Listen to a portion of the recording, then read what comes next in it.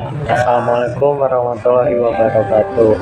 Perkenalkan, saya Abil Timothy Gunawan dari kelas 11 TJKT 6. Di sini saya akan melakukan proyek reputasi saya untuk pelajaran MKK 3 dengan mata pelajaran pemasangan jaringan nirkabel dan kabel dengan tema konfigurasi access point indoor atau outdoor dengan filtering blacklist dan whitelist. Selamat menyaksikan.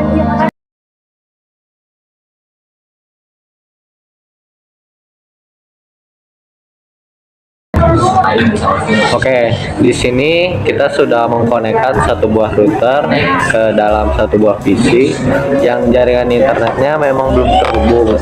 Makanya di sini tidak ada internet ya, dan wifi-nya bisa kita posisikan matikan saja. Oke, sekarang kita langsung masuk ke caranya. Pertama-tama kita bisa buka Chrome, dan karena di sini kita memakai router dari TP-Link yang alamat IP-nya adalah 192.168.0 dan 1. Nah, di sini kita, karena ini adalah router baru, kita akan membuat password baru. Ini terserah dari user saya. Kita bisa taruh aja 11 terikat yang sebelah ini sama dua yang satu dua. Oke. Nah, setelah di sini kita setup dulu. Nah, ini next. Ini kita setting di access point. Lalu next, ini kita buat pemberian nama pada routernya, misalnya ini passwordnya kita matikan saja, tidak apa. Next, finish. Nah, lalu ini kita akan tunggu sampai rebootingnya selesai.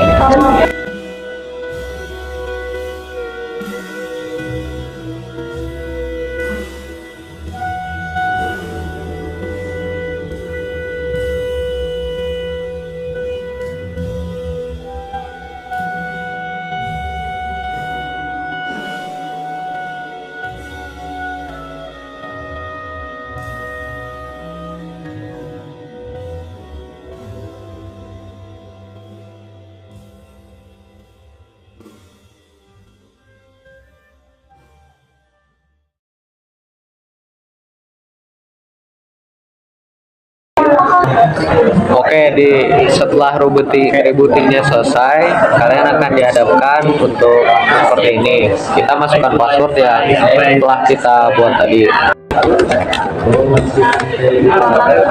Nah, oke, setelah ini kita masuk ke bagian DHCP client list. Di bagian DHCP client list ini kita akan dihadapkan dengan beberapa perangkat yang sudah terhubung dengan WiFi yang tadi kita buat. Dan di sini Saka ini ada nama device yang laptop yang saya pakai. Oke, di sini saya akan menambahkan beberapa device. Oke, di sini kita sudah memasukkan tambahan 3 device dan kita akan memilih device kedua. Ini ada device dari teman saya. Oke, lalu kita ke DHCP client list dan kita make address, kita copy. Lalu kita ke make filtering. Di sini kita deny, ini enable-nya terakhir saja. Add new, kita copy. Lalu ini kita kasih keterangan pemilik dari device tersebut. Oke, lanjut kita save dan lalu kita enable. Oke, kita tunggu saja loading sampai selesai. Oke, sudah. Dengan begitu device dari Rija akan screenshotannya akan seperti ini. Jadi pada device milik Rija ini WiFi yang tadi kita buat sama sekali tidak bisa terhubung. Nah, kalau misalnya dipaksakan juga antara tulisannya IP host terbatas atau tidak ada jaringan sama sekali. Jadi sama sekali tidak bisa tersambung ya. Ya, seperti itu ya screenshotannya, di mana device tersebut tidak bisa terkonek oleh WiFi karena sudah masuk dalam posisi blacklist. Kayaknya Oke, di sini kita akan melakukan proses dari whitelist, di mana di sini kita sudah mempunyai 3 device yang terhubung, dan kita pertama-tama whitelist. Kita pertama akan pergi ke bagian network, lalu kita pindahkan ke static IP, lalu kita ke DHCP. Di sini untuk IP address-nya kita ubah ya. Oke, lalu di bagian DHCP setting kita ubah ininya menjadi 02. Kenapa 2? Ini biar device yang terhubung hanya cukup 2 device.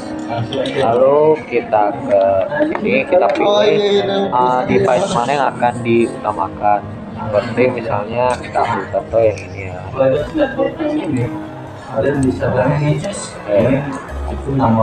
Lalu kita address reservation, kita add new addressnya, kita tambahin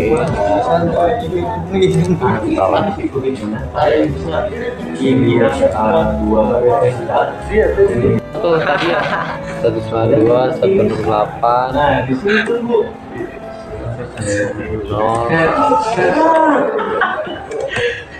Oke, ini adalah kan ya ini.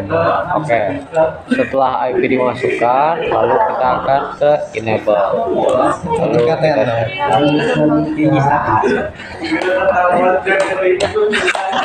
Oke, bila sudah tampilannya, jadi WiFi IP address dari 5E ini dia akan lebih diutamakan dalam pengambilan alamat IP dan jaringan tersebut, dan pastinya akan lebih diutamakan ya gitu. Oke.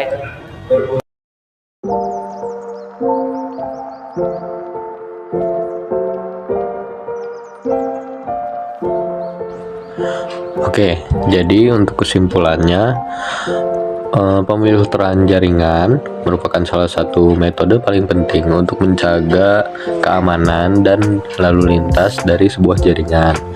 Nah, terdapat 2 cara untuk pembagian sistem pemfilteran ini dalam metode whitelist dan blacklist.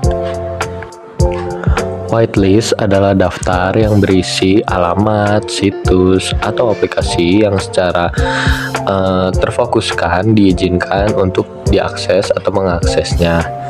Apa manfaat dari whitelist ini? Manfaat dari whitelist ini itu sangat efektif untuk mengontrol akses yang ketat, karena hanya sumber terpercaya yang diberikan izin dari sang pemegang jaringan. Misalnya, seperti di kantor atau di sekolah, administrator bisa saja membuat whitelist yang hanya diperbolehkan ke akses situs-situs pendidikan atau situs-situs internal perusahaan agar menjaga keamanan dan kerahasiaan. Nah, di sisi lain, blacklist itu adalah alamat atau konten yang secara terfokuskan diblokir. Sistem akan mengizinkan semua jaringan data kecuali yang ada di dalam daftar blacklist. Jadi blacklist nggak bisa pakai lah. Cara ini lebih cocok digunakan di lingkungan terbuka, namun tetap ingin menjaga dari konten berbahaya seperti phishing, malware, atau konten tidak pantas. Jadi di blacklist. Nah, dalam penerapannya, banyak organisasi menggunakan kombinasi keduanya untuk hasil yang optimal. Misalnya, whitelistnya dipakai untuk aplikasi penting dan blacklistnya dipakai untuk memblokir situs-situs bahaya. Atau enggak, kalau masalah penggunaan, misalnya ada beberapa data rahasia kantor yang belum bisa diakses oleh semua pegawai karena masih di bawah jabatannya, jadi bisa hanya pegawai tertentu dengan jabatan yang lebih tinggi yang bisa mengaksesnya. Jadi cara gabungan seperti ini tuh menciptakan lingkungan digital yang aman, terkendali, dan efisien. Ya, cukup sekian. Terima kasih.